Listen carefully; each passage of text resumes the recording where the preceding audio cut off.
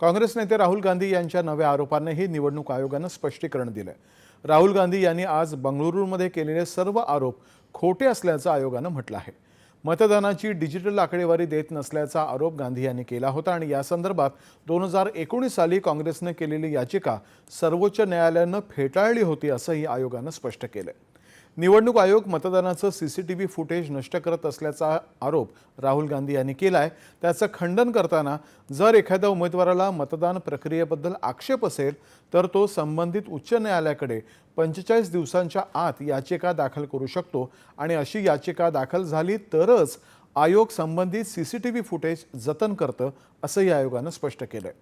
1,00,000 मतदान केंद्रांवरचं CCTV footage तपासायचं असेल तर त्यासाठी 1,00,000 दिवस म्हणजेच 273 वर्ष लागतील असंही आयोगानं गांधी यांना सांगितलंय। 2024च्या लोकसभा निवडणुकीदरम्यान देशभरातल्या मतदानानंतर काँग्रेसकडून कुठेही तक्रार याचिका दाखल करण्यात आली नाही।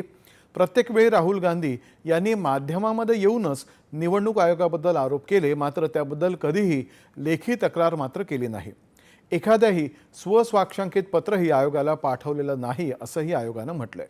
राहुल गांधी यांनी मतदारांच्या संख्येवरून केलेलं विश्लेषण जर सत्य असेल तर त्यांनी या संदर्भातल्या प्रतिज्ञापत्रावरती स्वाक्षरी करावी किंवा ते जर ही करू शकले नाही तर त्यांनी आयोगाविरुद्ध उठवलेल्या निरर्थक आरोपांबद्दल त्यांनी देशाची माफी मागावी असं आव्हानही आयोगानं त्यांना दिलं आहे।